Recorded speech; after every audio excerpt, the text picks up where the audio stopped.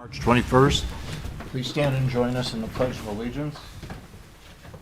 I pledge allegiance to the flag of the United States of America and to the republic for which it stands, one nation, under God, indivisible, with liberty and justice for all. And the roll. Kenny. Here. Shower. Here. Gustafson. Here. Sullivan. Here. Clistic. Here. Vaughn. Here. Belzak. Here. 7 present. We have a quorum. We're looking for approval of the minutes of March 7th, 2022. Do I have a motion to approve? Alderman Sullivan, second by Alderman Vaughn.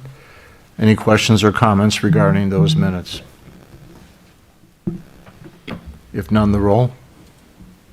Sullivan. Aye. Vaughn. Aye. Belzak. Aye. Clistic. Aye. Gustafson. Aye. Kenny. Aye. Shower. Aye. 7 ayes. Receiving of communications. Do any of the aldermen have communications they'd like to share? Mary? I received an email from the Susan Claywig, and I'm sorry if I've mispronounced your name. She is the new president of the Board of Managers for the Waterfall Glen Condo Association. And she was just inquiring about a status update on the Darien Heights development. That's the parcel that is on the south side of I-55 off of Lamont Road. And she was just asking for some questions about stormwater management. Dan Gombick provided me with, information, and also I guided her on where to find, all the things that transpired in the past with the review process and planning and zoning and city council. And I was able to, thanks to Dan and Brian, update her that no building permits have been issued yet at this point, just to give her that status. Thank you. Anyone else? All right, if there's no more communications, we move to the mayor's report. And there's no mayor's report tonight. We move to the city clerk's report. Joanne? No report this evening. And the city administrator's report. Thank you, Mayor. Just a quick update. It was just mentioned they've started delivering carts to residents.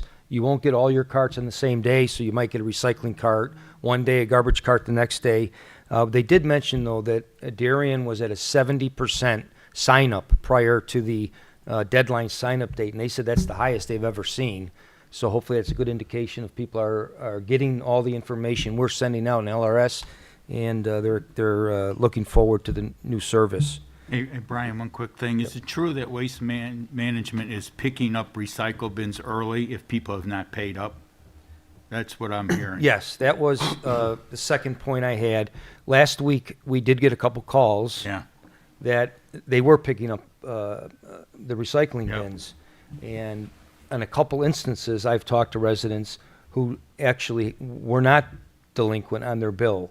So I had a couple discussions with Waste Management, and they agreed to hold off on taking any containers. I was surprised they did that with just a couple weeks left. That was I know. I really surprised at that. But some residents had called back. They got their carts back. So I'm hoping that was a one-day situation, and it should be. It shouldn't be happening anymore. If for some reason residents did get the wrong cart, which there was a few deliveries that were maybe a senior was supposed to get the smaller cart, they got the larger cart, you could just call LRS and leave it at the end of your driveway, and they'll fix and switch them out. But again, I think there was only a couple of those we had today.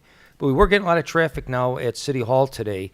That picked up because we had probably 5 residents come in who always brought their garbage to their work. So they didn't know about the program, didn't want to do it. So we're getting a few more of those as the carts are getting handed out. But again, it seems to be going pretty well. And stickers. While we're on TV right now. Yeah, stickers could be refunded at City Hall through the end of April. And we typically, if it's a small amount, we'll give out of the cash register just cash receipts. But as you see on the bill list, anything over like 10 stickers, we're just taking the info and we're cutting a check and mailing it out once they're done. We may want to tell Jewel to stop selling them. I went to Jewel on Sunday. Need any garbage stickers? So they are still selling them. People are But they still, sell Just Downers Darien, Grove too, 'cause though. some- Yeah. people are still using Right. it. They'll sell other, they don't just sell Darien ones, they sell Yeah, Downers Grove. we have a couple people that have purchased, they still they're short, but Waste Management had sent out letters to any of the retailers, probably a month back. And I'm assuming the blue bins, the little small recycles, we leave those at the curb and they'll You take can- those, or? Yeah, you can leave those out by the recycling bin, Right. or you can keep them. I mean, some residents like bins for storage and other things, so it's Okay. up to the resident. Okay. All right, that takes us to department head information questions. Any questions for Chief Thomas or for Mr. Convick? If none, that moves us to the treasurer's report. We have warrant 21, 22, 22, and a monthly report for February. Yes, Treasurer Corn? Thank you, Mayor.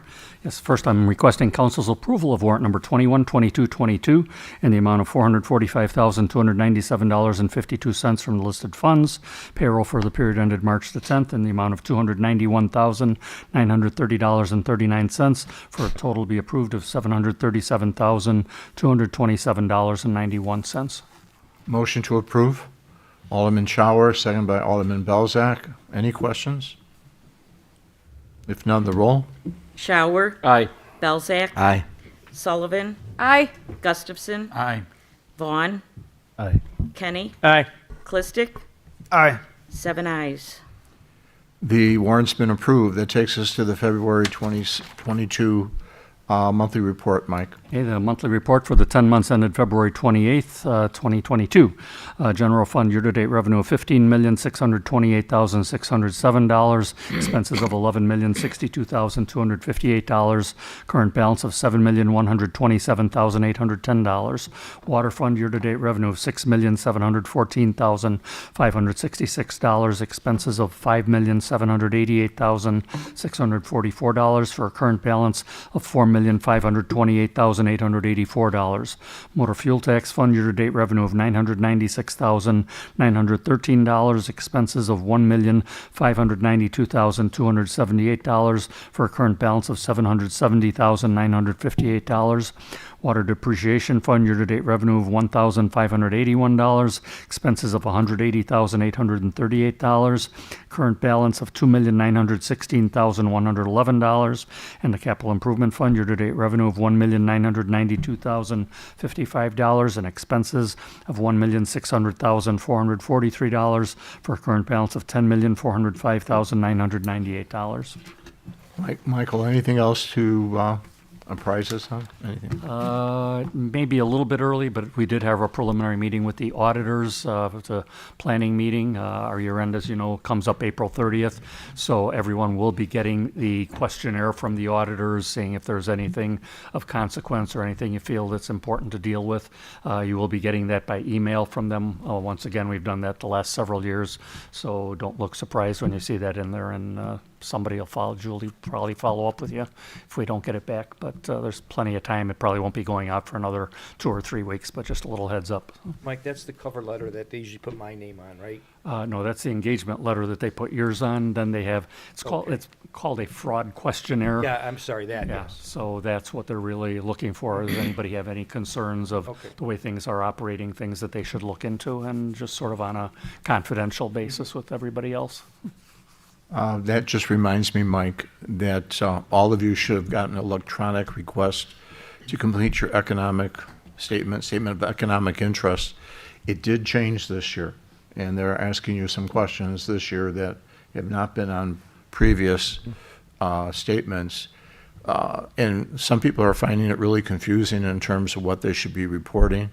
And so I put a booklet from IML in your mailboxes upstairs that should help you through that process of doing that. And then I believe, Joanne, that they'll be getting a statement from Maria. Right, they should be coming out very soon, because it's before the end of our fiscal year that they're due, April 30th. Okay. Has that changed at all, Joanne? No. That's a little, It did change dramatically. that's a little easier than the one from the county. The only thing too is from the county, if you're delayed, if you don't file in time, there is a penalty. $5 a day, I think. I don't know something what like it, that. yeah. Standing committee reports. Any aldermen have reports tonight for the council? Alderman Belzak? Thank you, Mr. Mayor. The next Municipal Services Committee meeting will be held next Monday, March the 28th at 6 p.m. in council chambers. Thank you. Mary? The next Economic Development Committee meeting will be held on Thursday, April 7th at 7 p.m. in council chambers. And then on Monday, April 4th, there will be a public hearing to talk about the fiscal year 23 budget, and it will be voted on that night at the council meeting. And the public hearing starts at 7 p.m. Thank you, Mayor. Joe? Thank you, Mr. Mayor. Our police committee meeting this evening was canceled due to a lack of a quorum. We will meet again on Monday, April 18th at 6 p.m. across the parking lot in the police training room. Just an update on our Darien Action Team. We met on Saturday, March 12th. We had a presentation from Lisa and Laura from UniWeb, who demonstrated what the community calendar will look like, methods for inputting it. Following that meeting, we sent out an Excel spreadsheet to the representatives from every one of those organizations who are now turning in their data, and that data is being placed in a community calendar, and that community calendar will go live on April 18th. So just an update with that. Questions and comments, agenda related? There's no one here. I was just going to say, the next Community Action Committee meeting is on Saturday, April 9th. April 9th. Thank you for reminding me of that. We have no old business, and we have no consent agenda. Takes us to new business. Item A, consideration of a motion granting a waiver of the $50 a day fee for the Class J temporary liquor license for the Darien Lions Club. Motion to approve. Alderman Kennedy, seconded by Alderman Shower. Any discussion? If none, the roll. Kenny, Aye. Shower, Aye. Vaughn, Aye. Clistic, Aye. Belzak, Aye. Sullivan, Aye. Gustafson, Aye. 7 ayes.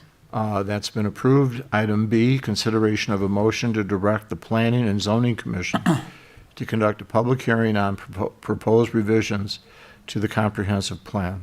Motion to approve. Alderman Shower. Seconded by Alderman Belzak. Any questions or comments? If none, the roll. Shower, Aye. Belzak, Aye. Gustafson, Aye. Kenny, Aye. Vaughn, Aye. Sullivan, Aye. Clistic, Aye. 7 ayes. The item has been approved. It takes us to item C, which is a discussion on the Public Works Facility, and what I will do is, I'm going to turn that over to Mr. Gombeck. Dan? Thank you, Mr. Mayor. Good evening, City Council. Actually, I'm going to go up to the podium. You don't need a new computer, do you, Dan? Are they going to project anything up or just look at it on our, no? It should be on your... Yeah, I have it. I just didn't know if not everyone has something. I was not going to present anything additional, and part of that reasoning was, a lot of the exhibits we've been through previously, so I really didn't want to go back and start to rehash any of the items. My goal this evening, and we kept it very short, sweet, and simple, if you want to say, there's 3 options. I think we all know that there's some concerns at the Municipal Services Facility. The concerns, are they wants? Are they needs? Is it time? Do we stop back and wait? So the goal of this agenda was to provide some discussion, get some input, and with a potential direction through the next city council or committee meeting for some type of motion to proceed. So briefly, for the viewing residents and for the city council, there's 3 options that we have looked at. Number 1 was to maintain the current facility and grounds with no expansion. So in a nutshell, it's a do-nothing approach. While I say a do-nothing approach, we would look at items that would need to be replaced as your typical home, a roof, a drain. So that would be the extent of it. And as things would break, whether they be windows, if there's leaks on some windows, maybe some miscellaneous maintenance, whether it be a new window pane or perhaps some additional insulation, so things of that sort. One of sorry. the things that we've recently Sorry, earmarked. Dan, just on that, we did mention office area upgrades. I don't know if you meant that with the windows or not, but Sure. And that's part of what we had talked about. Right, I know that the mayor and city administrator Brian were there recently, and one of the comments that was brought back and was that the offices could be somewhat renovated. Understood. To me, our thought process is, while the offices are used, it's a de minimis expense in the grand scheme of things, and what we need to do with those offices. Yes, there's some house cleaning at best, but it's not a larger ticket item. And I won't go into the details unless somebody wants to hear additional. Obviously, with the building, we've identified one thing that's very important right now. It's the roof. I have not included that in the budget for the last couple of years. Again, not to throw good money for bad if we're to move forward with anything. So depending on what the decision modes are, this item on the roof particularly will be identified next year in the next budget, along with some additional items for house cleaning, more detailed if you want to say. So that's option number one. Again, just to reiterate that, pretty much do nothing, continue maintenance as if it was this building, and probably not with such a high level, but to have some maintenance. Number two was to finalize a site plan for a new significantly remodeled public works facility at the existing location. I've included the draft, or I should say preliminary final, within the report there. One of the items that I wanted to reiterate was that if we were to remodel, the rendering that's shown in there is not 100% accurate. And the reasoning for that is that parking, and the parking would be now right off of Frontage Road, which would give us the opportunity to create diagonal parking right off of Frontage Road again, and perhaps incorporating some type of bike trail in there back into the Forest Preserve. And the reason for that is because since we've modified the site with a sanitary sewer, we're able to open up some land. In conjunction with that, one of the thought processes was to remove the gas pumps in entirety and be like other, I won't say municipalities, other commercial businesses where they gas up, whether it's a Speedway, a Shell. Again, that's to be discussed at a later date. Regardless of that, the cost for the renovated building of what you have in front of you, what's been presented in the past, is approximately $9.5 million. Is there some potential reduction? Yes, minor, but without not having a budgetary item. I would be remiss to say we could do it for $750 due to some unknowns. What does that give us as far as, at the end of the day? It gives us a shortfall of approximately 25% in space. How can we accommodate that 25% shortage? The thought process would be to look at the two water plants that we currently have on Manning Road. For those of you that don't know, we have the one storage water plant. They're both retired water plants. And you can see the three sheds and the municipal services trailer out there as option number one. We looked at that several years ago for some miscellaneous storage. The cost was prohibitive, the existing conditions. There's a basement underneath there, and that basement, again, it's not your typical basement per se. We had renovated what we could inside to accommodate more dry storage or seasonal goods, with the addition also of 3 sheds. Those sheds contain items such as the Christmas holiday, theme lighting, theme banners. So that's just one slight example. The other facility, which is just a little bit further to the north, is another retired facility, water plant. In that respect, we hold some equipment in there. That equipment, we're able to drive a couple trucks in there, maybe mowers, things of that nature, to hold them in there.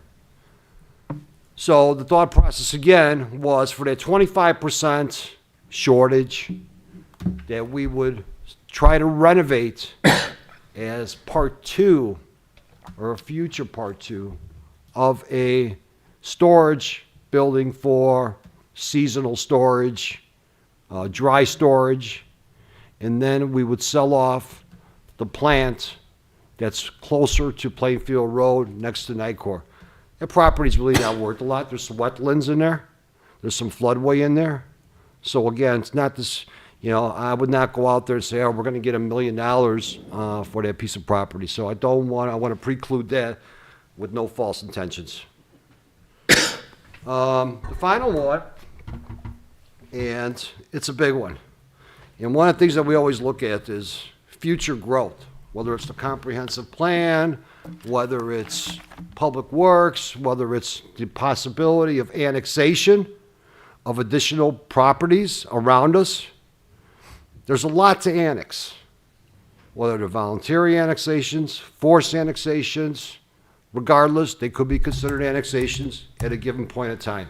It's no different than when Darien became incorporated, how, why, what's not to say that additional properties will be coming into Darien.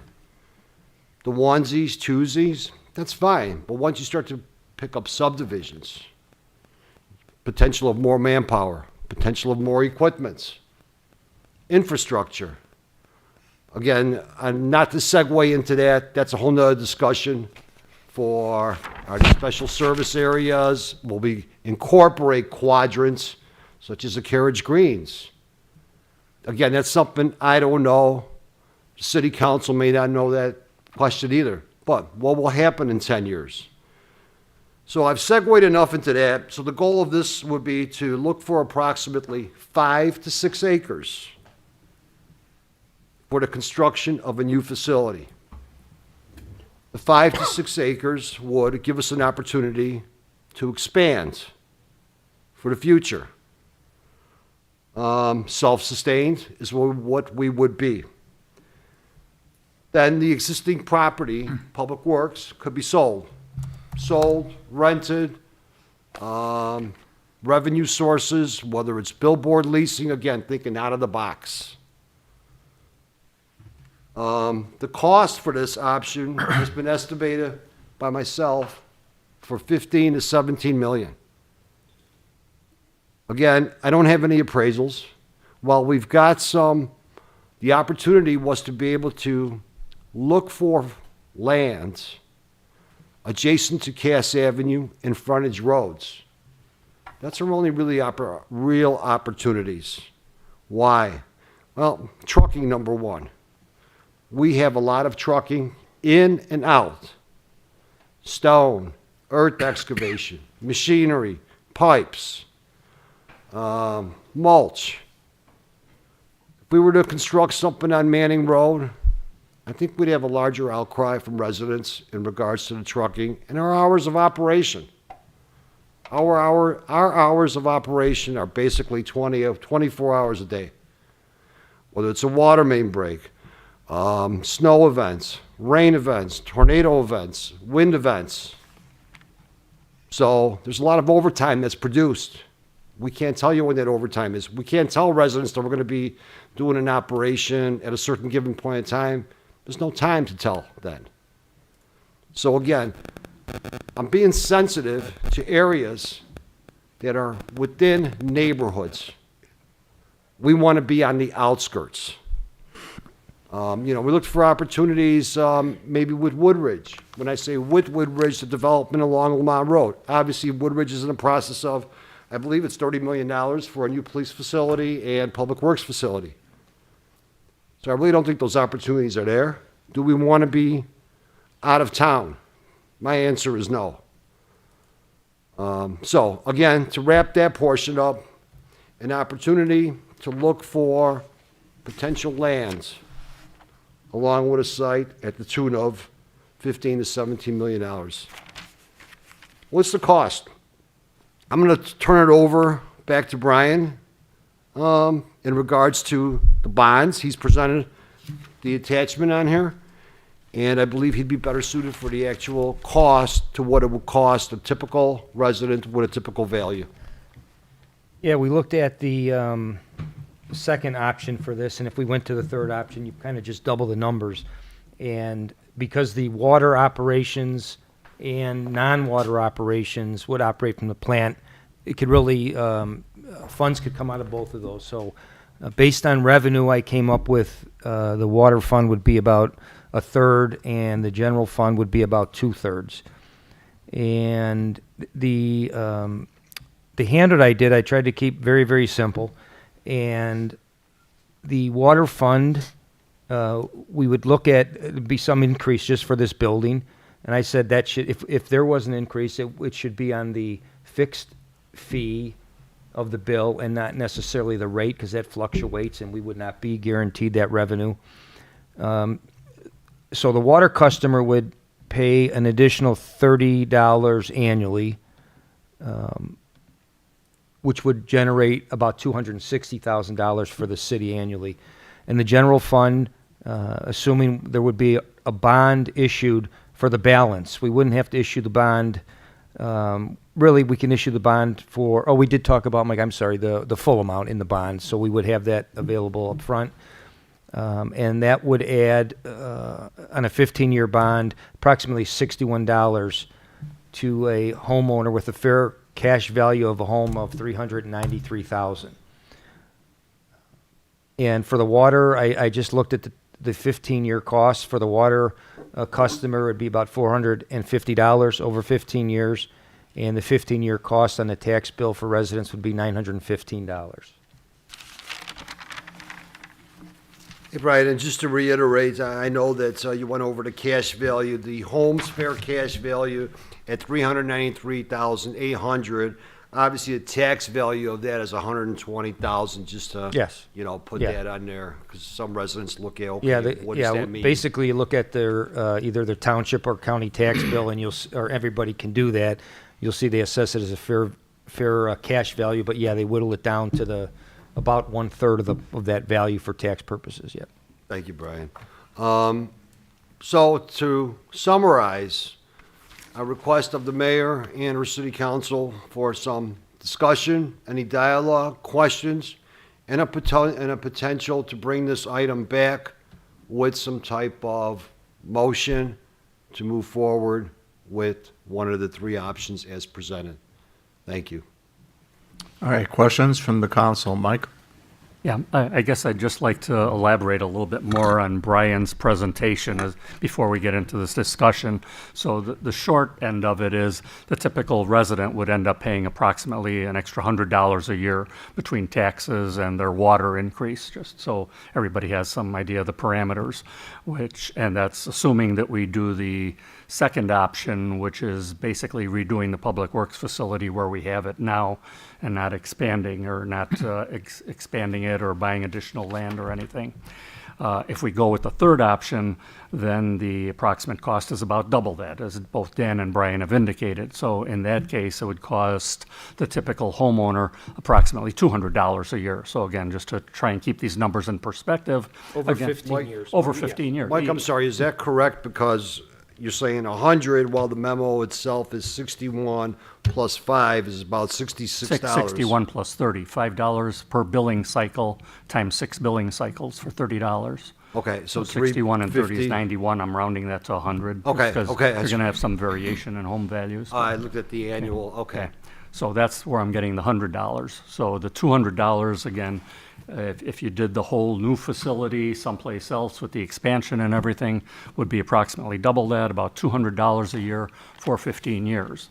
But also the thing that's important to keep in the back of everyone's mind, we just concluded last month the budgets session, reviewing the budgets. And you may or may not recall, but at that first meeting, that first night, after Mary did her introductions, I wanted to do a little bit of an overview because, as you all know, our surpluses from the general fund get deposited in the capital improvement fund.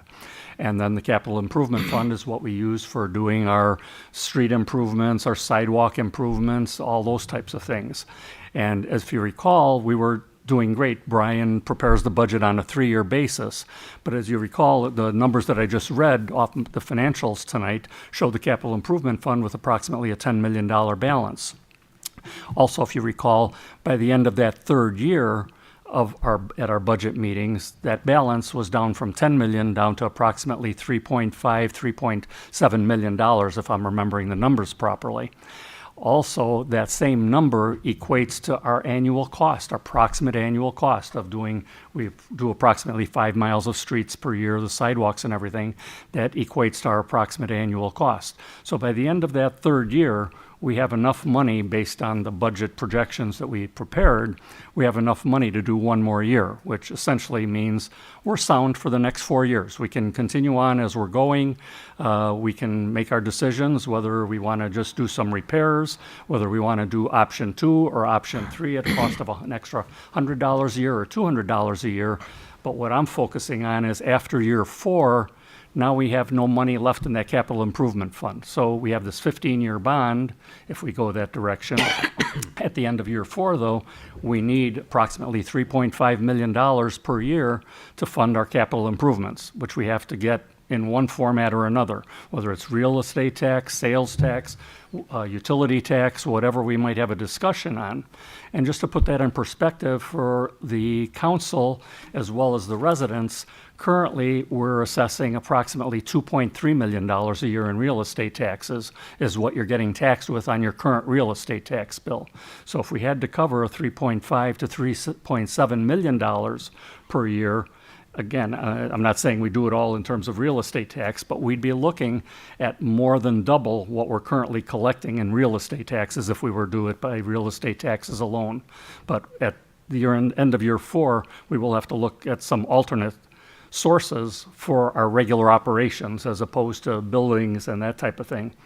So I just wanted to get the whole context of it out there for everybody as they're having the discussion. And Mike, you know, as we went through the budget, we took a look at the amount of grants we received this year, you know, from the federal government. Right.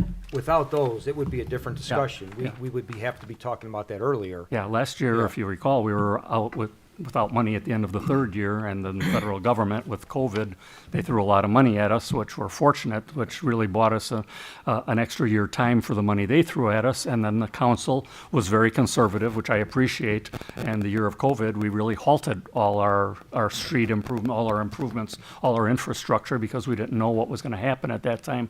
So it in essence bought us 2 extra years, which again is good. But again, as we look at the long-term picture, that's what we're looking at. So as long as everybody has that in the back of their mind as you're having this discussion, that's all I wanted to provide.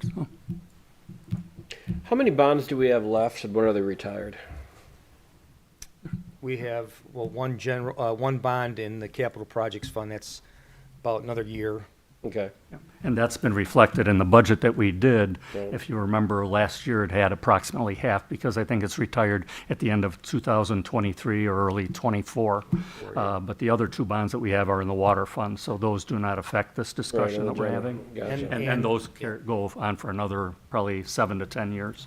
And in the 3-year budget, Ted, while that's expiring, the general fund tax levy picks that up. So we're not losing the bond off of the books necessarily, because we're picking it up in the general fund for the property tax, which means, you know, it's no increase. It'll be steady, but we wouldn't be necessarily letting the bond drop off. So if we did a $9 million to $9.5 million bond, we're probably looking at a yearly payment about $900,000.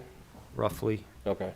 Well, it'd be the total and the I had that on the sheet, I just don't have it. in front of me. You 750. said 750. About 750. Okay. That was, I think I had 3%, I forget the exact rate, but, give or take 100,000. Yeah, because of rates, they increased the rates last week, so. Right, and I mean, the that's 3%, what I'm yeah, thinking about. it could And we be. did look at a 20-year bond, but the difference between 15 and 20 in total payments was just outrageous. So when I talked to Spear, we both thought of 15 years, for examples to the council, is a better one to use. When did we build the current facility?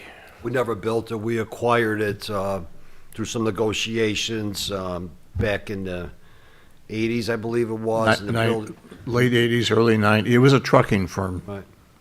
Okay. In the building, I know it was built sometime in the 70s, early 70s. Okay. It's almost as old as you are. Yeah. With the trailer. Built in 69. Lester, do you have anything? Yeah, I do. I think my only concern right now is that overburdening the taxpayers with taxes, right? Because our District 61 is going to go out. We don't know yet, but there's discussions about renovating schools and possibly, adding more taxes to the taxpayers. So that's my only concern, is that we would overburden them with, all these projects, and it'll probably, put some of them underwater, with fixed budgets.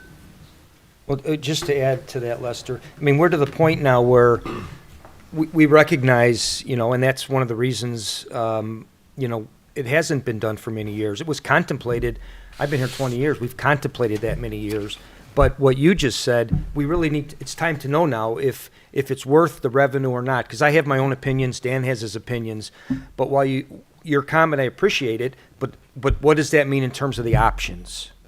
Are you picking an option while you're discussing this? And I know there'll be more discussion, but we are to the point where we really are trying to get this nailed down to one of the options. Gotcha. Yeah. No, I'm not picking an option, just looking at the bigger picture when it comes to just, But what I'm saying is, this is the night to kind of pick or look at an Yeah, option. yeah. The fact that it would cost more taxes, we're all sensitive to that, and it would be a water rate increase. But again, as the council talks tonight, if everybody says that, but we don't pick an option, we didn't go very far tonight, so. Right. And I'm not saying it's your turn to pick the option, but just as the council's talking, as they go through, just keep that in mind. And again, just to hear comments and then maybe come around, with all respect, Mayor Marquez, maybe get a straw poll for 1, 2, or 3. I'll One more let thing. people Is talk. there- is Go there- You mentioned alternative sources. Is sales tax one of those sources where you can increase it by 0.5% to fund?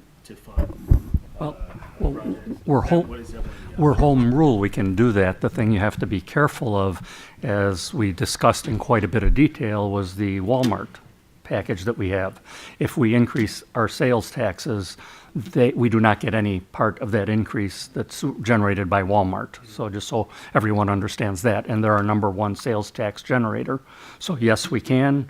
How much it is, I can't really quantify if you took the same sales that we have now, because it would depend largely on how much is Walmart, because Walmart, again, we would not receive any benefit from that increase. But yes, that we could increase real estate taxes, sales taxes, utility taxes. These are things the taxpayers do end up paying, just a matter of exactly where you're seeing it on your bill. So, When we went to the food and beverage and a couple of those, obviously the attractive part is it's not just our residents paying into that, but we're looking at this as no matter where it comes from, we need more money. So even if it didn't come from the property tax, the pie has got to be, cut somehow. So I understand that would be less of a specific burden on the residents, but again, it doesn't change the cost of the project. Didn't Willowbrook redo theirs? Yes. What was the cost on that? I don't recall, but, yeah, I couldn't even begin to tell you. Okay. Woodridge is building their new facility over there where the Wilton property is. That's a $30 million project. That includes $3.5 million for the property. They took out a bond for $5 million. They used 3.5 of that to buy the property. The remaining 1.5 is going towards the construction of the new police department and the new municipal services. And one of the things that they did do, they took out a GO bond as well, but one of the things they did do is they raised their food and liquor tax from like 1.2% or whatever it was to over, I think it was either 2% or over 2%. I believe they had also proceeds Right. from a previous bond that they had not spent, and they put some of that towards it. Right. I mean, I think Westmont and Countryside both got new facilities too. Correct. I'd like to get an understanding of what those facilities cost and how they funded it, Westmont cost about $16 million, Eric. okay? So that's should be kind of comparable. You know, And they raised, they did some they food do? and beverage type taxes that they did not have previously, that they used to pay for it. That's my understanding. And that's what I understand on, at a ticket item such as geo bonds, along with creative financing, whether you want to call it beverage, food and beverage revenue, tax is the bottom line. The bonds themselves, if it could be sustained through a city budget without raising rates, sure. You know, at the same time, it does equate to residents paying a little more. There's no, there's no way to slice it and dice it. And again, everybody says, oh, if we were to get a certain retailers, can they help pay for it and retire the bond earlier? Sure, anything's possible. It's no different than, annexation. Will we annex 300 homes next year? I don't know. Well, we haven't done it yet. Why would we do it now? Annexation? There's always that potential, is all I'm saying. Well, there's a lot of what ifs. There's Sure, a lot of what I ifs. agree, and that's why I mean, you got a community, I'm just gonna say, like the Hinswood area. The school that many of us send our children to, Concord, is over in there, but they Correct. have no desire to annex. So I think the likelihood of us, I just don't want to see us go down that road and counting on, I mean, clearly we're kind of fairly built out. So the only way to expand our, geography or our square footage of Darien would be to annex. And I just think we haven't, after, 50 years, we haven't, really done anything like that in the recent past. I think the likelihood of that moving forward is kind of slim. I won't argue that. There was a prior late alderman who was very aggressive in pursuing annexations.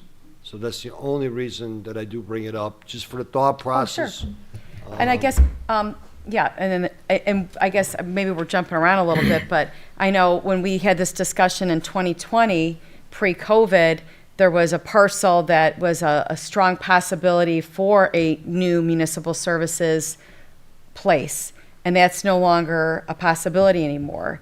Is there any, I won't say it's not a possibility. Okay. In my world, nothing is not a possibility, so. right. Well, you know, it's been sold That and, specific deal is not on the table That anymore. deal- Well, no it's not longer on the exists. table. It does not mean that we can't potentially reopen it. Is it a long shot? There's several long shots. but are there any strong possibilities? Anything that's, in terms of land to be acquired to build a brand-new facility? The acquiring of it, would have to be through potentially some condemnation. Eminent, just saying, eminent- you're out of here. Right. Okay. So, there's that opportunity. And again, the areas we would be looking at would be adjacent to highways, not the middle of towns, if you're not the middle of neighborhoods. And there's a couple locations that are adjacent to Cass. One location that's still adjacent to Lamar Road. So that's the only two areas that are potentially possible. And the conversations with the Forest Preserve about potential expansion at the existing spot are probably very unlikely. Correct. Okay? What makes those spots with the Forest Reserve unlikely? They don't want to deal with us. They don't want to deal with no buildings on there. Their goal is to have written letters from open them. areas, There's wetlands, especially at so Waterfall Glen. That's the only real place, I don't- They maintain let them know. Waterfall Glen along Lamar Road, but there's a lot of wetlands in there. Lamar Road would not even be a consideration. The one piece of property that was always a good consideration, but the Forest Preserve had taken it, if you want to say, was where the dog park is currently on Frontage Road. if you look at the comp plan, that was supposed to be a proposed retail site / hotel. You know, so, and this forest preserve does not sell land, period. When I think about the municipal services building, I think of my conversation I had during Darien Citizen of the Year award with a very smart, intelligent businessman, Alderwoman's husband, and he mentioned a comment to me that's really stuck really well: is that every generation needs to invest in their city, and that's what drove him to invest in Hinsdale South. And it reminds me that as residents and future residents, we have to invest in our city and not keep kicking the can down the street. Another thing that comes to mind too is the mayor has been working really hard with these volunteer groups. What else can we do besides the municipal services building to make this very valuable to the community? For example, the town I grew up, a very small town, but their municipal services building had a stage in the back that they would do plays for kids, and they had meeting rooms for volunteer groups. We have a amazing Lions Club that we have a temporary storage facility that maybe we can incorporate into the municipal services building. So I'm asking what are opportunities we can do more with the municipal services building by incorporating community groups, other rooms for there, maybe for presentation, maybe for the Darien Arts Council. I think we're just thinking too narrowly when we're just saying just the municipal services building. If the community's going to pay into this, then let's get more value out of it, potentially. It's all about space. I mean, we could accommodate a lot. Space is the key Okay. issue, and parking is the issue. To go with option number 2 and have that theory or idea process, definitely not. I did speak with Daniel Hebrard, the Forest Preserve president, and they're working on their strategic plan. And he didn't say yes or no, but I actually had some discussion about a month ago, just planting that seed as potentially something, you know, we can maybe work with Parking, them sure. for parking, and Parking, we right. could share with them. Maybe they can put in a learning center as well, so make it even a bigger complex where you have a learning center for for the Forest Preserve, and we have the other half potentially for municipal services. So It's a 3rd floor, and yes, we would be more than happy to I accommodate don't know how that, though, Tom, gets us to any quicker. You know, Oh, you yeah, I'm just said- putting the No, I options know, out but you there. just said something about kicking the can down the road. But I think we've had, even before you were on the council, discussions probably every year, and just determined that our operations and the trucks and things, we are operating out of the facility and still doing a good job. So I was just a little confused. Yeah, no, by you absolutely. saying Yeah, kicking it okay. and then doing Yeah, this. I'll clarify. You know, our school teachers are great at Hinsdale South, but they need a better swimming pool, they need a better classroom. So I think same as here, we need to, raise the next level. Woodridge has done that. Willowbrook has done that. You know, we want younger residents to move into this town. I think we need to invest a little bit more into it. Besides the 750 for the roof, what else do we see as a necessity in the next 5 years? Nothing, Just the roof, right? yes. Ted, just to add on to that, Brian and I were over there, and we thought maybe could be some remodeling of the office areas in terms of the bathrooms, the office space area. There are walls there that don't need to be there. There could be some smaller offices. There are things that we saw that we thought could be done to the office area upstairs. That makes it it makes it a nicer place to work in, and there's probably some storage things, but again, there's different components. There's the garage, Right. Parking cars in there. Then there's the ability to use the garage is kind of a second, and third is the area where some of the employees are, upstairs in the office area. Tom? So when I was looking at this, the minimal renovation was 2.6, but then you're saying $750,000 for a roof. So what are we talking about? Are we talking about 2.6? Or are we talking about $750,000? 750 to $1 million for the roof. Whatever the roof But then costs we're are. also talking, so then my other question is, what kicks in ADA compliance to everything if we start knocking down walls and start doing things? And now if we do take a little step here, now have we created a monster where we have to do all these other changes? We'd have to verify that with the architect. Dan, you're more familiar with the codes than I am. Well, Correct. and I think that's something I need to know before I'm going to be able to make a decision on this, because if we need to improve it just to make it livable, I mean, I've been in there. It looks like 1970. But if we create where it has to become ADA compliant, and now the price tag goes up, my biggest worry about that, I don't mind fixing the roof and kicking the can down the road on doing everything else, but I don't want to waste the $750,000 because in 4 years, we really need to do the other thing.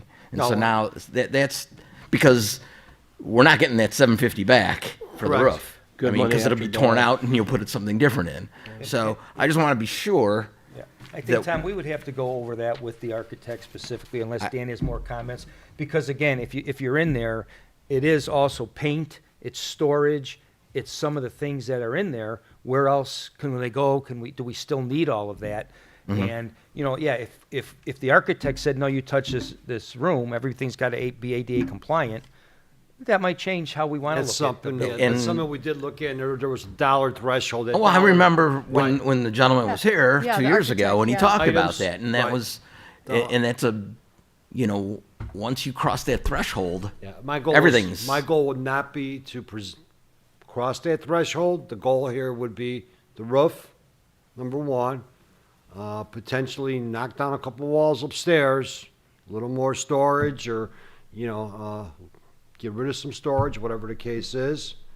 Workstations, modify some of the workstations. Maybe just a little more of a lunchroom. That's what it. about, the windows are bad. I mean, do we, Right. what are the costs of putting in, windows that'll actually save money in heating They and we don't realize the real savings per se.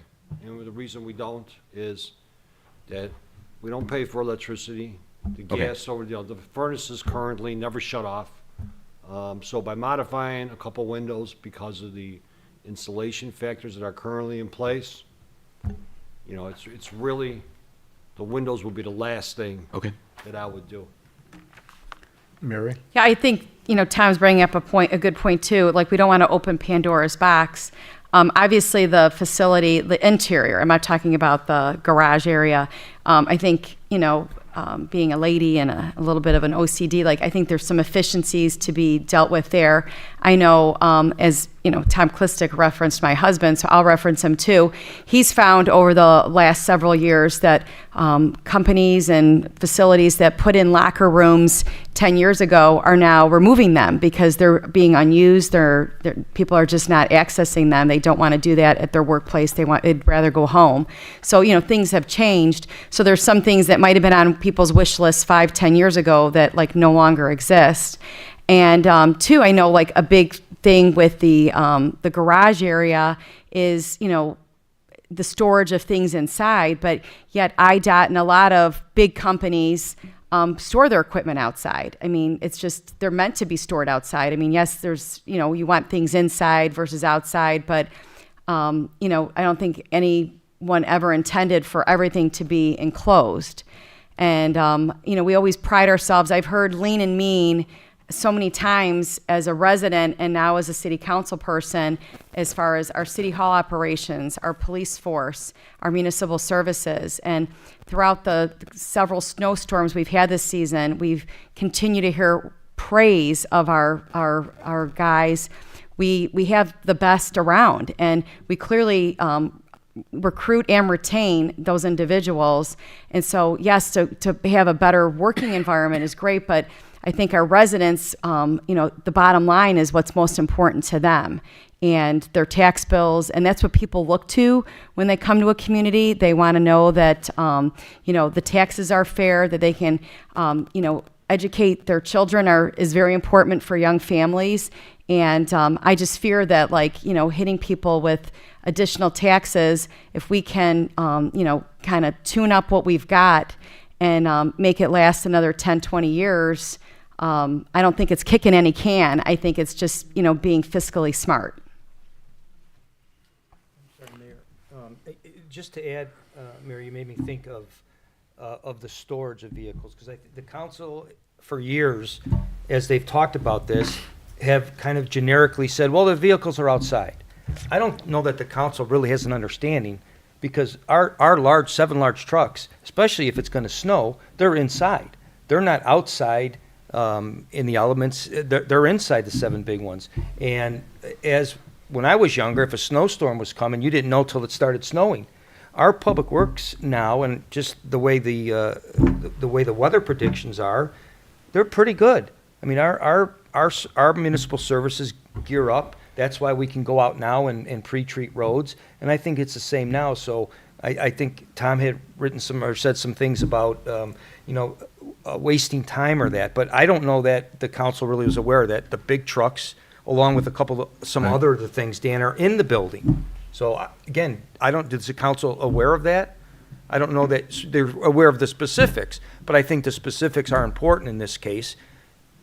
Because if we think the trucks aren't getting there fast enough and we're cleaning the trucks, well, our big trucks are in the building. Dan, I don't know if that characterizes That's it. fairly accurate, correct. And there's some pieces of equipment that are outside, whether it's the end loaders, again, and we put the locate the equipment strategically for the weather we're supposed to get.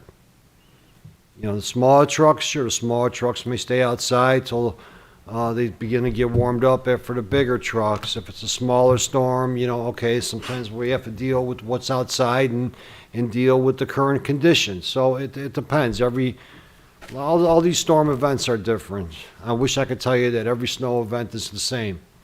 It's not. There's different types of forecasts. So again, do we do a great job? Do we pride ourselves on it? Yes, 100%. Have we built a team that's impeccable? Yes. Am I proud of it? City Council? We are, yes, very proud of it, 100%. Again, we're looking at what we have, where we want to be, and do we want to do something? I think this is an interesting discussion. What I think, and tell me if I'm wrong, but I'm hearing people say that they're acknowledging that there's issues with the current facility that could be improved. The roof, maybe upstairs, some other things. But I'm also hearing people say they have a lot of concern about throwing money on a tax bill to residents, especially when there's the possibility of tax increases from other taxing bodies. I think we are a fiscally responsible city council. I think we think a lot before we make a decision whether or not we're going to do something like that. I believe this data here that's been presented, the layout, your description, Brian's description of what it would cost the taxpayer, really needs to reach a decision by this council. I've been on this council for 24 years. This has been a discussion point for 24 years. Every year we talk about, even before Brian was here, we talked about this for Public Works. I think the question is now, is this, I don't want to hear, if this council says, let's do nothing, then I don't want to hear a year from now people saying, oh, well, we got a Public Works facility, should we add on, should we build on, should we build new? I think we're at a point where you need to make a decision as a council. Do you want to make refinements to the current building at a cost? And I agree with Alderman Belzak and Alderwoman Sullivan, might be some additional cost than just the roof. Do you want to remodel the current facility where you'd still have about 20 to 25% of your vehicles outside or equipment outside? Or do you want to build a new facility? And I think those are the three choices this council has to make. And that's going to be a tough decision, but you have to make that decision. I don't want this to have to be a yearly issue anymore. I think this needs to be something that is discussed now, and there needs to be something, and if you need more information, that's fine. I think what we have here is a lot of information, but if you need to know how we may fine-tune the building and what the additional cost would be, we could probably get you that information. But I think you need to arrive at a decision based on what you have here, because a year from now, this is going to change. If anything, the rates for the bond are going to go up, if anything, or the cost for the roof would go up. So where are we at, folks? Because I hear this year after year after year. And I've been part of it, believe me, when I sat there as an alderman, I sat there too and passed it on. Ted and I have been on this council for ages, and we passed it on to the next council.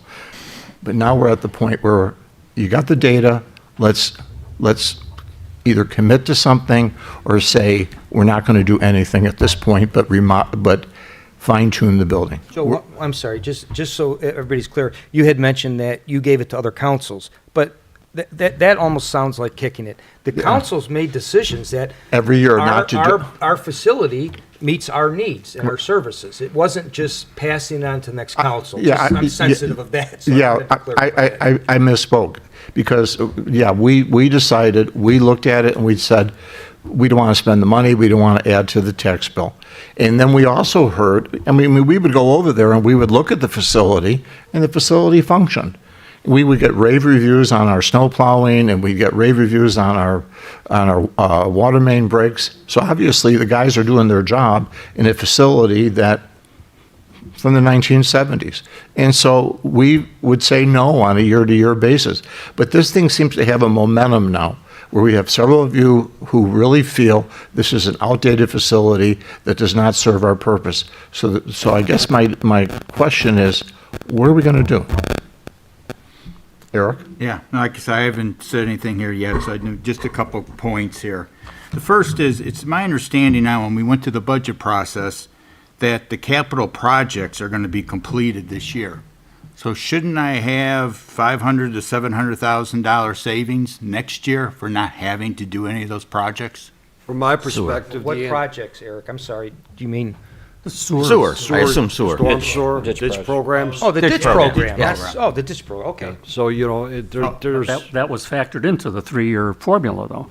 I mean, Yeah, it was you have it factored in. loaded into this year where we're Yeah, but completing is it it this year. factored into this $100 and $200 a year? But if you look at the third year out, and I don't have the That money should be number. able to use to pay for some of that. so Well, it I don't won't have the be numbers fine. in front of me. You may have that in front of you. But if you look at the third year out, again, my recollection is that the maintenance projects of the streets, the sidewalks, our normal day-to-day maintenance stuff, aside from ditch projects, is about $3.5 to $3.7 million, which also coincidentally happened to be our fund balance in the capital projects at the end of year 3.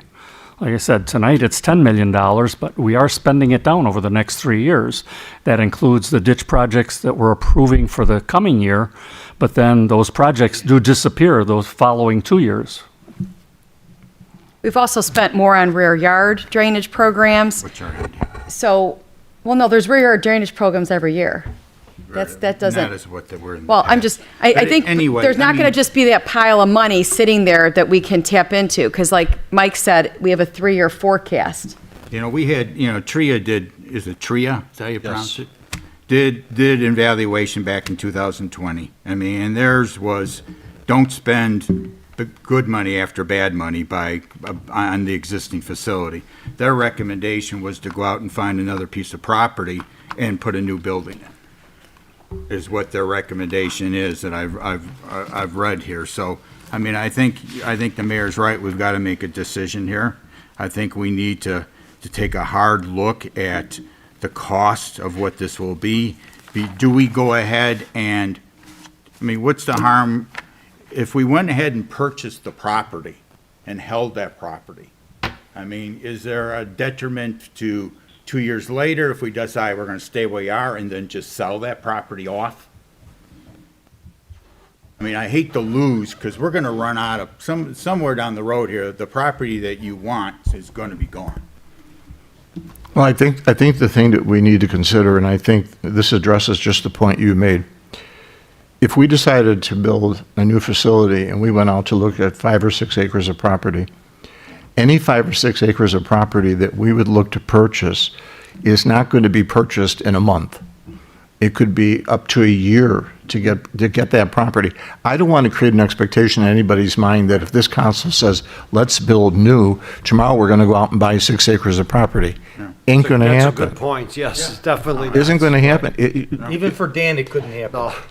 You may be looking at parcels that are owned by multiple owners, which is going to take time to negotiate and purchase. So any building of any new facility it's going to be delayed until you have the property. Now, to Eric's point, over the next year, could we try to purchase 5 to 6 acres somewhere? We could look at that. And then in the future, the future councils would have that property available to them if they decided they wanted to replace this facility. But that has to be this council's decision to do that. But there isn't a 5 to 6 acre parcel just sitting there waiting for us to buy it. Well, Things there- would have to be done, potential people would be displaced. I mean, it's not just like, oh, here's a piece of farmland that isn't being used, we'll just grab it up in Darien. It's an assembly process. Right, I'm just saying that, like, it's got to be intentional, like, that, okay, we want to take this, we want to take that, and in the meantime, it's not vacant land that we're consuming. But it's very doable. It's doable, and there's a do it all couple the parcels, right, there's a couple parcels that are vacant, dilapidated. And I would think once we did all that, it would make that parcel that much more valuable, because now a developer could just go in and develop it if we decide down the road to sell it. Yeah, I'm not sure how that would work, if we No. went the road of condemnation, I'm not sure where we would be able to. Well, if you're using condemnation, it's for a public purpose. Yeah, you Okay. can't just sell it to a strip mall. It can't become a strip mall. What if the public purpose changed? Well, then we'd have I to ask think John all of a Murphy. sudden, But- the factors have changed. We don't have the funds to do the full-blown one. Guess it's- yeah. So we're gonna, I think that's a question for the lawyer. Yeah, I mean, there's good faith too, in terms of. Right. We Oh, wouldn't go out absolutely. and tell people we're gonna put a garage here if it was an option. Right. Because we have to go to court on some cases and testify, so that wouldn't be. Yep. And Dan, I think even the property that you've kind of identified or have been looking at preliminarily, probably not the best. It's not like a big square piece or somewhere. So even those pieces, you could do it, but it's still not what you would pick if you had your choice of Correct. properties. And the other part of that is, even if we do that, now let's say it's $5 million just for buying this raw piece of land. That's $5 million we've taken out of our pot. So that means we have to accelerate that 3.7 million I was talking about, would have to come a year earlier, or we have to do the bond issue now to have the funds for doing, again, our day-to-day maintenance. One thing that sort of struck me just now is that we're looking at addressing the comprehensive plan to bring new businesses into Darien, right? And one of the ways you do that is having a good image, good upkept facilities. If you're a new business, as Alderman Kenny's brought out, a lot of them are going to Downers Grove that have a new facility coming in. Woodridge has a new facility. Westmont has a new facility.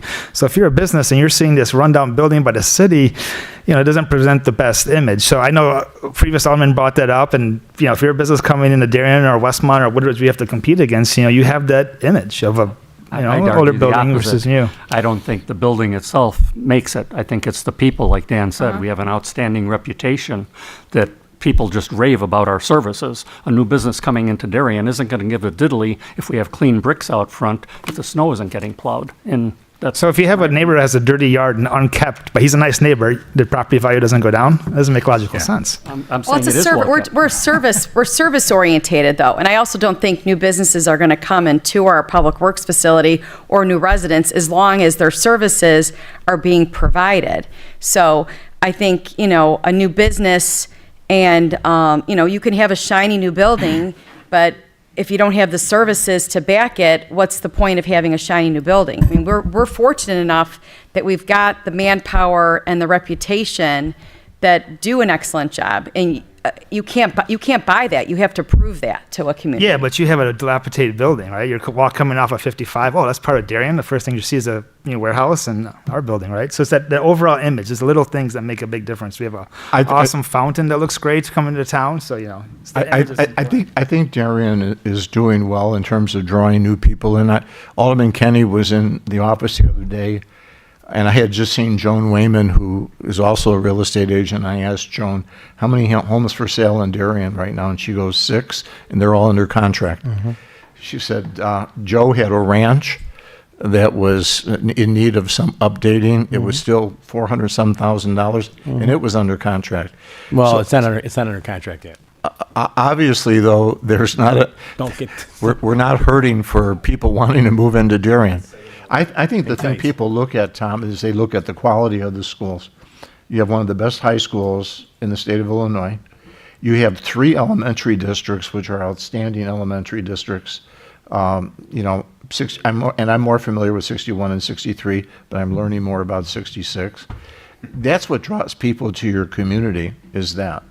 And we have a wonderful volunteer spirit. We have a lot of people, a lot of work, as is evidenced by that group on Saturday. So the argument that this building would deter people from moving in Darien, I think there's no argument there. I don't think that's a mitigating factor. And we are drawing young people. If you talk to real estate agents, you have young families moving into Darien. That aside, that's off topic. Where are we going to go with this? That's my question. One comment, Mayor, and Tom has said this a couple times, and he'll say it, but he'll refer to the building as a dump or dilapidated. I don't. This came really to the council because for years they wanted to store the equipment inside. So is it equipment? Is it the building? And I just think that is an important, it gets back to, is this a need or want? And again, I don't consider the building a dump. I don't consider it dilapidated. It could use some work. It doesn't have everything we would ever want, but very functional building. We can move your office over there. I had an office there for a few years. maybe I you would need to move go there back if for a while. that's Yeah. what you want, Eric. Yeah. I could move there, Yeah. and I would still give the same service I give to the residents now and would not diminish. See. What was the criteria that Woodridge used for their investment? Since that's fairly They recent. had, I really don't know. I could talk to Mayor Gunter and find out, but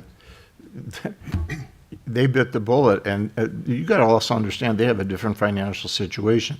They got car dealerships up and down Ogden Avenue. Did you say A lot Westmont, did you more- say Wood, or did you say Woodridge? Woodridge. Said Woodridge. They have a lot more He said- industry, He said though. Woodridge. Woodridge has a very old police department, in much worse condition, kind of similar to what we had as part of this building when we decided to build. The police department is older. Public Works No, is in but it your was building. only built in the late 80s. It was built, I think we moved into that building in 1987. They obviously don't feel it's functional anymore. Yeah, I good don't know video the I answer have. to that. I'm not sure. Where are we at, folks? You need more information? I guess I just boil it all down to, like, we are here, we're elected by the residents to represent them, to hear their voices. And I have to say, how would I go back to my constituents and sell a tax increase on a facilities that needs improvement, needs a new roof, needs, some interior things, but do we need to spend millions and millions of dollars for curb appeal? Yes, it would be more inviting to have something, and I love curb appeal. I like it having a nice yard and landscaping, and I put a new roof on my house last year because I had to, not because it looks nicer. So I guess I'm just trying to, process in my brain, how do I go back to my residents and tell them, this is going to cost you this much when we have something that we can make work. And not temporarily. I mean, I want to know that the money, whether it's $750,000 or $1.5 million, that this is not putting a Band-Aid on something for a few years. I've got to be assured that this is going to buy us many years with the facility. And I would want to see more than just a roof put on. I would want to see some interior modifications made without stepping over the ADA line and then that opening up a Pandora's box. Tom? So, yeah, I've changed my opinion on this a number of times, and to some extent, I'm thinking if the building's functional, then let's make it the best functional building we can make it, and then we get to, are we talking about 750,000? Are we talking about 2.6 million? And I don't mind crossing the ADA line if it means this building's going to last us for 10 or 15 years. I mean, that's the question is, what do we if we're going to put the 750 or the 1 million or the 1.5 million or 2.6, what does that get us? Does it get us a building that's going to be not only functional, but actually better looking and easier to use for the next 10 years? Then we're not really kicking the can down the road, but we're doing something that's going to make the building last 10 more years. And to be honest, and Ted, tell me if I'm wrong saying this, over the last 10 or 15 years, we have made improvements to this building. We got new doors, we resurfaced the floor. I mean, we have done those things, correct, Dan? Oh, that is correct, definitely, and that's And building so- maintenance, sure. We've done maintenance on this building that the building needed. So if we did a new roof and then maybe the following year we did new windows or made it, if we budgeted out over a couple of years. And that's my follow-up question is, whether it's $1 million or $2.6 million, how are we funding that? We could do it over a period of a couple of years, like we've been doing. I know, we now. still have the same issue that Mike brought up Any about. dollar, yeah, I'm sorry, Tom, any dollar amount, I would say at $1 million, I would work that into the 3-year budget. Dan and I talked, Dan would look at that, we would get prices, come back with something modified, what we might do to the interiors, and $1 million, I mean, that, we could handle that. Okay. And it is still $1 million out of the kitty, but if we have to do something, it's obviously less than 8 million or 16 million. Alderman Bells, I think to your point, you said functional. Does it make it any more functional? The answer is no. Well, I understand that. Does Well, not, yeah. having a roof that actually doesn't leak makes it functional. Okay, I just don't want the. Just like anybody's house. My house is functional if my roof leaks. I don't want to live there. That causes damage too, and that costs more money. Sure, if you and I don't, appreciate if you don't address that. Right, that. I just want to make So sure. that's something in my mind has to get done. Right. You have to have a new roof, whether it be on a new building or whether it be this building with a new roof. Correct. You need a new roof. Correct. And I guess I'm leaning towards the middle option, which is it doesn't solve the ultimate problem. And I think I'd either want to go all the way in, have a new facility for options to expand as our community may or may not grow. But if we're not getting the 6 acres or the 5.5 acres, why spend all the money trying to fix up what we already have there? Let's put a roof on it. Let's make it look a little better. And as long as it functions, let's do it that way. So that's option 1. I think you said 2, Tom. Did you say 2? I'm saying 2 doesn't make any sense Oh, to I'm me s- okay, I misunderstood. because it doesn't solve all the problems. Okay, Ted, where are you at? I keep thinking about, Joe, going back to the salt shed, what we did 10 years ago. And Dan came to us and basically said, we're going to get a salt shed for $150,000 and it's going to last us, 15 years, 20 tops. And you and I and John at the time basically said, no, that's not acceptable. We're going to go all in and we're going to do it. We're going to do it right. And we spent $220,000 or $230,000 to get a salt shed that's going to last 30 years. Now, if we're going to save money, don't forget that part. and save money over the You long buy run. more salt at a lower Exactly, price. exactly. And that's the whole point. That's why we did this, Right. okay? We weren't, and thank you for clarifying, Brian. But here's the key on this whole thing, and I'm looking at this long term, okay? I look at every project we did. When Walnut collapsed, all right, we were looking at it, well, we could fix it like this, it'll last, whatever, but if we do it properly and do everything, it's gonna last us 50 years. So the question is, and I understand where Tom's coming from, and I understand where Mary's coming from, I'm just, my statement, I always said it, and people said it tonight, are we chasing good money after bad? If we go ahead and fix some of these items that's there, great. Is this going to last us 6, 7, 8, 9 years? If it is, then why are we spending on it, okay? If we're going to turn around and do a facility, okay, and I understand where we'd want to get a brand new one, but land is not easy to come by. But if we're going to turn around and we're going to take a look at this facility and we're going to put 6, 7, 8, 9 million into it, but we know that we can get 30 to 40 years use out of it, okay, then I'm looking at it that we're chasing good money after good. So I'm going to look at it, this situation, if we're going to go and do this piecemeal and if we're going to come back and say, no, it's going to cost us $2 million just so we need to have that building where it's going to be at, and it may last us, 10, 15 years, well, I'm not going to go with it. But if we're going to have something that's going to last for 30, 40, even possibly 50 years, then, that's where I'm going to be looking at it. So I'm going to go with option 2 for right now, if we're going to get the return on the investment that's going to last us a long term. That's how I'm going to look at it. If we're going to just piecemeal it and it's only going to be a short-term fix, forget it. It's not worth it to me. Lester? Well, coming into this, I felt like, it was about being fiscally responsible, right? I think, what Brian proposes is building it out over time. And I'm for that, building out something that fits within our budget versus spending and overextending ourselves and overextending our tax residents, So I'm leaning towards 1. I'm not totally, putting 2 off, but I think that we should be fiscally responsible. I do agree that there need to be some modifications. I've been over to the municipal services building. And as someone who used to manage teams, and I think having comfortable working environments is important. It affects the morale. Leaky roof could affect the health of employees. So I think making modifications over time and building it out over time, like we did with the ditch projects, it could work. It could work. It could work. So I'm leaning towards option one. Joe? Question for you. 20 years ago, how much would it have cost when you were talking about, how much would it cost to put that facility in 20 years ago? Gee, Joe, I'm not really sure. Those numbers escape me. They really do. It's been a long time. Okay. So now we're at 9 million. But was it warranted 20 years ago?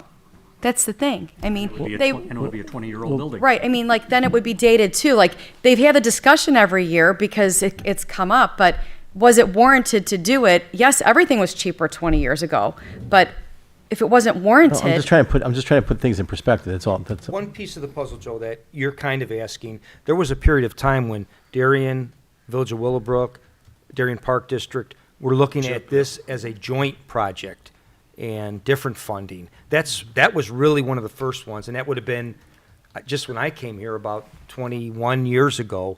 And that was a whole different concept, just as background for. because the reason I'm asking the question is because Halil Afchi, got it into the budget years ago.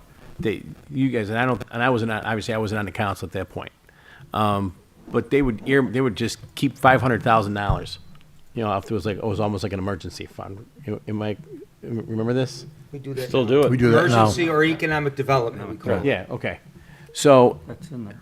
So is there it's typically when we budgeted that 500,000, it's still there the next year, yes? No, we've replenished it. We've used it, and then we've replenished it. But I get- right now, it's on once. Right. Yeah.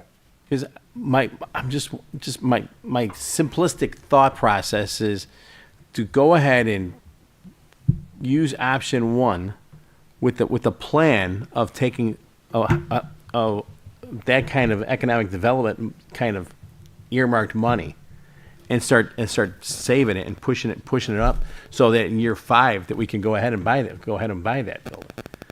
Because I then believe that if the residents see that we have done everything in our power to go ahead and try to put this building, in place without causing a great deal of headache to the taxpayer, I think then the taxpayer will be a little bit more accepting of it, knowing this we've done everything in our power. But I've seen equipment outside in the winter. I've been underneath buses when it's been freezing, in trying to take. Now obviously equipment's a lot different than it's been in the last 18 years since last time I was under a bus. But I've seen what the cold weather can do to stuff. So I mean I am torn. Joe, under the scenario, though, you just mentioned, I'm going to use my prediction and say 5 years comes and you have, let's just say, $1 million for the building. Then all of a sudden you don't have the $1 million for the roads we need. I would know that that's the pot of money. I don't know how you would, at that point, you would be under the same situation. You'd be saying, boy, we really need that for our neighborhood improvements. And it would compete against, even if you set it aside, the projects 5 years from now, whenever that happened, would compete against that money. And you kind of have the same question, do we have to raise taxes now or save money for the building? Right or wrong, I know that would happen. Because I'm leaning on the purchase. Because I think we're to that point. 2 or On 3. 3? No, three's out. Three's gone. Just the redo. Yeah, just I think your first option was the redo, and then your second option is. Oh no, you're right. The redo. You're saying Right. purchase the land to Right. build a brand new No, facility. just no. I think that's gone. Just a redo. I'm not looking. Number 1 is a Band-Aid. Number 2 is the redo, and number 3 is fantasy land. Just based on what. So we've 2 got. is the rehab for Two- $9.5 million. Right. Okay, That's my thought. got it. Michael? I don't get to vote. Yeah, but I like your opinion. Well, my opinion, it's pretty much as Brian indicated. Is it a need or is it a want?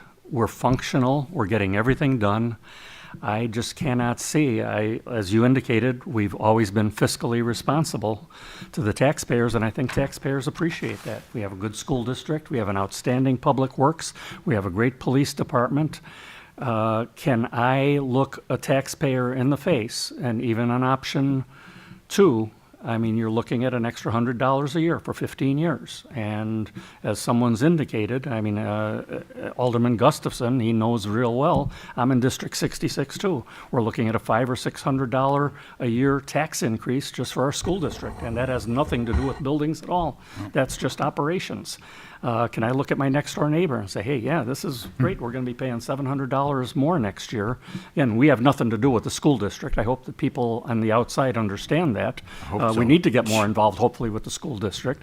But we'd still be responsible for that $100 a year. And even at $100 a year, for me, it makes no difference. I'm at this stage in my life where $100 a year makes absolutely no difference. But there's a lot of people, especially in today's day and age, having trouble putting gas in their tank. I mean, I do most of the grocery shopping. I go to Jewel. Prices are going up. I just laugh at the kids and say, well, it's coming out of your inheritance. It doesn't bother me at all. So, but there's a lot of people there that aren't in the same circumstances, and those are the ones I feel sorry for. So if I did have a vote, I'd say number 1, yeah, whatever the needs are. I mean, we've always been good at repairing, whether it's ditch projects, whether it's people's rear yards. We've put that money into things. And if we can function with a building, yeah, it might not be the prettiest thing to look at, but I can't tell you how many times I've gone to the Public Works to look at it. I just want to make sure the guy's out there shoveling my snow. Commonwealth Edison, they have a big place over on Janes Avenue. All their ComEd trucks are stored outside. Ours, the majority of them are inside. I could not justify it to my friends and family or residents, anything but option 1. Okay. Tom? Wait a minute, you missed you. Oh, You could go I'm last. last. You could go last. But I don't vote either. how about Joanne? I'll talk to Joanne tomorrow. I'm just reminded that every generation has to invest in our community, and I'd be fine with option 3. If we did option 2, could we do additional room for like community groups in that space? No. There's nothing they could put in there for like the Lions Club, for all the volunteer groups, the Darien Arts Council, give them some room to. What makes our community great are all these volunteers. When you say room, if it's in an evening, nice summer evening where you don't expect any storm events and you're going to have a limited amount of people for a room that's going to be able to hold 20 people at best, sure, there could be those Which accommodations. is what we do here in the police department. Right, yeah. In the so, library. I mean, Tom's talking about like Yeah, in I theater, don't practicing there. Or a Yeah, practicing. I know she mentioned like whenever she wants to book, it's always booked. But I mean, it's fine. I'm just looking at other opportunities besides just municipal services. How else can we serve the community with other ways with this building? Not be maybe just one dimensional, but otherwise. That's all. parking will continue to be Parking. an issue. Especially when the schools have stages. I mean, there are other options that we should look as a community, and I think. Yeah, they you're bringing the brought that forward that they can't get the stage at Tinsdale South. That's the whole point of the Darien Arts Council. Is they have such a hard time getting the stage at the South. Sorry, I have to correct on that one. So what are you favoring, Tom? A new I'd building? favor number 3 or number 2. Mary? It helps to pick one for telling.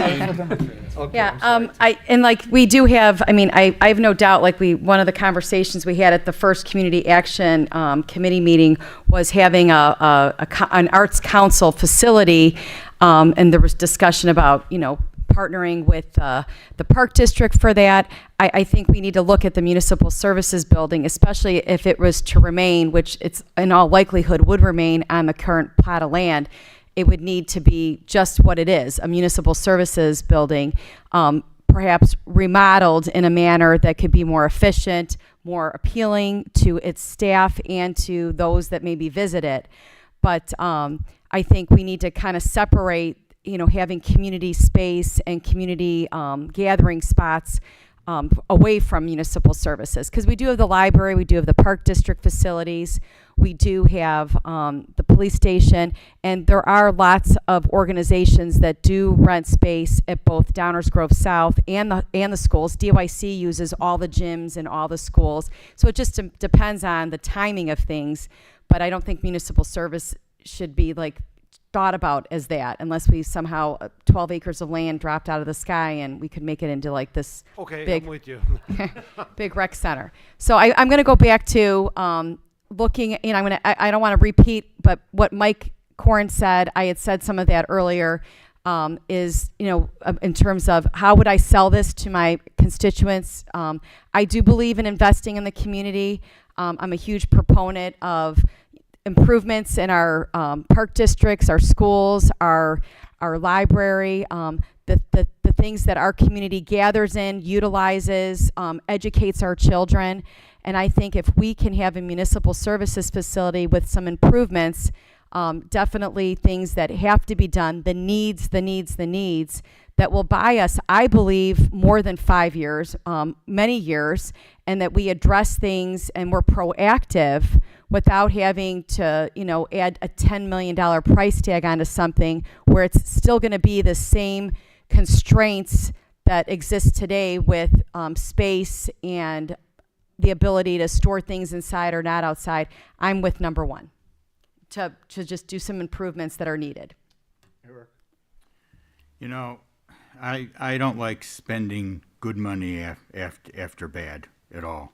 I mean, I think once we started doing a renovation of the existing building, it will dramatically get out of control. I mean, I put a new roof on my house last year. Then I ended up putting new sidings and new windows, okay? So one thing led to two others. I guarantee you that's what's going to happen with this building, because once you start, you're not going to know when to stop, because it's just going to continue and continue and continue.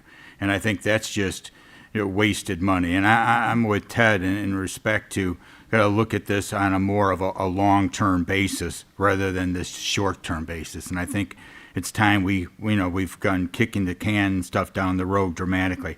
I'm kind of like with Callistic here on the number 3 and 2. I'd like to see us go ahead and see if we can acquire the property that you want to acquire, okay? And then come back and look at that. If we can't, then be able to have pull option 2 out of our pocket. Okay. But I still want to explore the property. Okay. So I don't know if that helps in your, Well, sorry. 1, 2, or 3 for I the know. tally. That's all. I know. I'm trying to be. Number 3 with an asterisk? Yeah, there you go. Thank you, Mr. Mayor. Okay. Tom Belzak? Yeah, I think I've already talked enough about this, but I think at this point, 1 makes the most sense, just for where we are fiscally and where we need to be in the near future. And I consider 2 a Band-Aid as much as 1 is a Band-Aid. It doesn't solve the ultimate problem that we need, and what we need is space. So if 6 acres became available, even if it was 3 years from now, I would say maybe that's something we should look at. I don't think we're wasting money by fixing a roof. I mean, it's needed. So at this point, I would say 1, but I would not give up on 3. If I thought there was a chance to have it where we could have the space where it would actually be a new facility and not cramped into the area that we're at, I still think that would be something to look at down the road. But today, 1.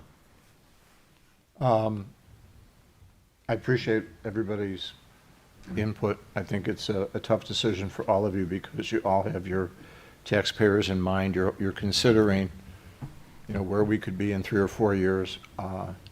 Personally, I think that the general public probably doesn't care what the public works facility looks like, as long as their streets are plowed and their water mains fixed and their ditches in their backyards are fixed. I don't think they really care. I think what they do care, Your mic's a little. I think what they do care about would be things like building a band shell at one of the community parks where we could have outdoor theater or have outdoor concerts, things that are going to draw the public. To be quite honest, if we were going to spend $3 to $4 million on something, I would like to have go in with the park district to build an outdoor theater or pavilion at one of their parks. I think this community would get a lot more out of that. Now, if we were getting complaints, if our guys weren't getting out to plow the snow, if our trucks were breaking down continuously, then because of the building, then we have an issue. But that's not happening. Dan will tell you, we get phone calls, we get emails praising our public works guys for the work they do. And that's because they're dedicated to what they're doing. And I think that's regardless of the facility. They're going to do that because that's who they are. So in my mind, if I was voting, I'd probably vote on number one. And I would probably make the repairs to the building that had to be made. If somebody dropped $16 million on the city of Darien to build a brand new public works facility, and we had 5-6 acres that was not in a residential neighborhood, it wouldn't be a bad idea to build it. I mean, I've seen the Westmont Public Works facility. It's gorgeous. Trucks could pull in. They have their own lane. They could be worked on individually. They go in and out. I'm sure what Woodridge is going to build over there on the Wilton property is going to be beautiful. But right now, we don't need a beautiful building. We need a functioning building, and we have a functioning building right now, except for a new roof. So my option would be number one. Now, like Mike, I don't get to vote either, but I'm concerned about the tax bills. We have 3 school districts that may need to go to referendum. We've got one already that's talking about it. We may have 2 more. On top of that, we have a $140 million referendum for Hinsdale South that were added to our tax bills. So I think we need to be conscious of that. We have always been a fiscally responsible community. We really have been. I brag about Darien all the time. We have a low tax rate. We have a beautiful community, and we provide services to people. We're probably one of the cheapest things on their tax bill, and yet look what they get for that. And again, I don't think that building matters as much to them as the quality of life they have within this community. So if you came to me and said, Joe, let's build a pavilion, or let's build an outdoor theater at one of the community parks, or let's do this program for a couple million because it's going to benefit the residents, I'd be real open-minded to that. I'd bite the bullet and say, let's do it. But as far as this building is concerned, and right now, I'd vote number one. Lester? I think, raising the liquor tax or sales tax to fund the municipal services new building is probably something we should look into. Like, we should crunch the numbers on if we raise the sales tax for.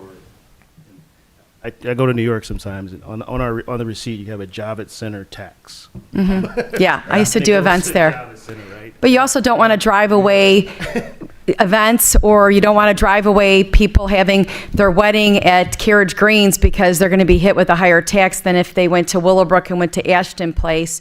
Or, if you don't, the tax at the Binny's on 83 is different than the tax at the Binny's in the Bolingbrook Promenade, because one's Will County, one's DuPage. So you just got to be mindful. You don't want people to take their business elsewhere. You spend too much time at liquor store. I'm just using that as an example.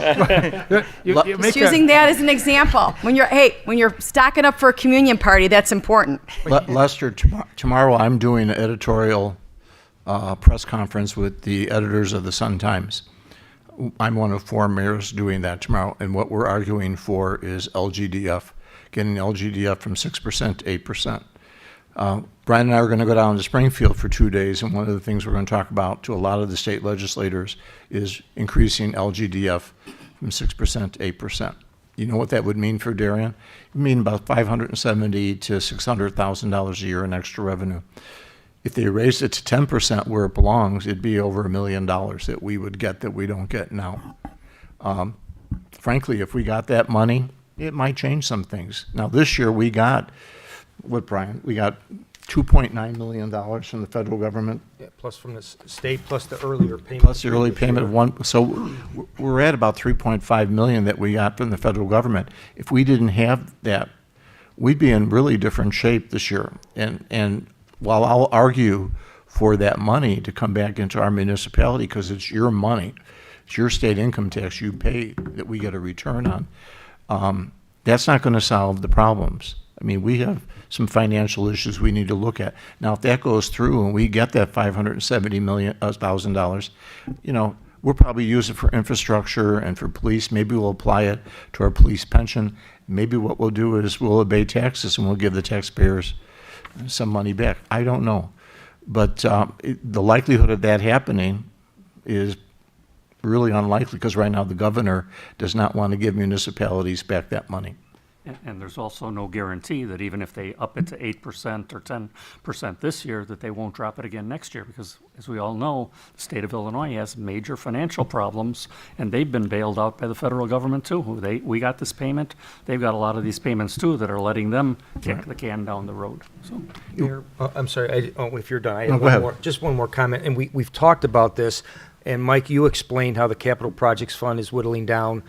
Well, it's whittling down because our regular expenses over 3, 4, 5 years, they're gonna go up. That's why we're eating into the transfers. So, we're 75, 80% personnel expenses. That doesn't go down either. Inflation's here. So, again, as we're talking about new money coming in from any kind of revenue source, we're going to need that at some point for our regular operations. Now, we're fortunate. It's not in our 3-year window. We're fine. But I write 3 years, but I think 5 and 6. So that's why, again, we try to stay a little bit extra conservative. Well, that's why I'm thinking 4, because again, in 3 years, we've got enough to get us through that 4th year. Once you get beyond that 4th year, assuming the numbers that we've got in our current budget, we're fully expended at the end of year 4. And now, in year 5, how do you even pay now for you need $3.5 million, which again, equating that to our current real estate tax, you've got to almost triple what our current real estate tax is, just looking at that one item again. And we haven't even talked about police pension. Thank you. Yeah, let's not go there. When would we be seeing this? So the plan is that we have the numbers, and the option number 1 has at least a majority of the council. Our plan is to bring this back at the next meeting, 2 weeks, and have a motion adopting, option 1. Then we would know where we're at. Yeah, but for example, I don't know how Callistic feels. I changed mine to 2, Callistic, you changed yours to 2, and 2's ahead of 1, according to my count. Tom voted I know there's an 3. asterisk in there somewhere, so That was probably my. Yeah. But I think There's- Joe's vote there's and my 3 vote ones should count out here. too. Okay, I had 4 number 1s. 2 number 2s. I got 3 number 1s. I No, we really have want 4. I really want a 1, but Mr. Mayor, you want to do a 1. count? I saw Brian marking them as people Okay. said. It was 4 for Mark number for 2. 1, 2 for number I 2. personally want a 1, but save money for the future. Yeah, that was the 4th, Joe. I Yeah. thought you wanted 2. I really want 1 and going for the future, but I also know how important it is to have this. So I'm waffling. So get the syrup, okay? Well, then the motion might not pass in 2 weeks. It'll be on. Oh, well, it wouldn't be the first time I've ever set that in a motion. So Joe's at 1 and he goes at 2 and I go to 2. We're all set. Yeah. Well, it'll be on next meeting, and the votes will fall as they are. And if number 1 doesn't pass, there's a chance that none of these will pass. I mean, And if nothing passes, what's nice about this is that we discussed it all here tonight. We can sit back and we can think about what everybody else said, because what you thought about here now, you might hit you a different way when by the time it comes up. If it comes up in 2 weeks and it's a motion to approve number 1, which would be the remediation of the building, and that gets voted down, then we have to consider something else. or, Quick again- question on number 1. There's a big difference between 750 and 2.6 million. Where are we coming in on that? Well, Dan said we need to do the roof. And Right. That's it. Roof. Just the That roof. So it'll be is- somewhere between 3/4 and $1 million. Correct. That's it. There's nothing else to be And done. that would be something we would. And then we could look at whether we want to remodel the offices or other things, and find out whether it's ADA, when a that lot of would it's kick in. cosmetics, really Yes. mostly cosmetics. Building is not ADA compatible or. Oh, I know, but once we do certain things, we have to make it ADA. Right, I forgot what that threshold was. I believe that threshold was 2 million. So I Was it a dollar amount or was it a certain There was a thing? dollar amount in. I thought it was like whatever. you Could do you one provide us bathroom with and that everything has to information, do that. please? Clarify that, yes. Yes. And if okay, so and maybe a little bit more solid number on the roof, obviously, and then if there were to be additional work done to the interior of the office space, what would be the estimate for that? Not sure, well, what are we looking for interior space? And, again, we don't need anything more on interior space. Maybe a little more organization, maybe take out a couple walls. Maybe paint. Well, Paint, I've heard that's other enough. people refer to it as a dump. So what could be done to make it not so dumpy? It's a public works facility, Mary. When we were up there. No, I know. I'm not. I'm just saying. People. I think when people walk in and they see the clutter and they see the unused space. So what could we do to improve that? Is what I'm asking. We can get a dumpster and load up a dumpster. Give me a with day. stuff. I'll get over there. Trust me. Space we're looking at, and speaking of in particularly, is the office space. Right. Okay, the office space is really not the core of our business. I understand that. Workstations we need. Training facility, because of all the mandates that are out there for us to be constantly training. Yes, a nice training room. Can we take out a couple walls? Probably. That's what I was getting at. Like, how could you more efficiently use the space that's there without? That's de minimis, as far as those aren't $250,000 price tags. Dan, the roof, the number you have, you're not going to get any better until, because that's going to be a bid No, the project. roof- yeah, the roof Your is number, you're obsolete. confident in the range, but Mary, he won't have anything more Okay. on the roof. Okay. Until we go to bid. I'll look at the cost of the roof, but for the interior, to me, that's something during some lull times. We work on a couple rooms. We have talented guys. Well, because Whoever- when I think of like spending $9 million, $10 million on a new building in that spot, well, what would your office space look like? So what are we off the mark on from what's there now to what would be in a brand new building? Like, Probably $1 million, 1.5.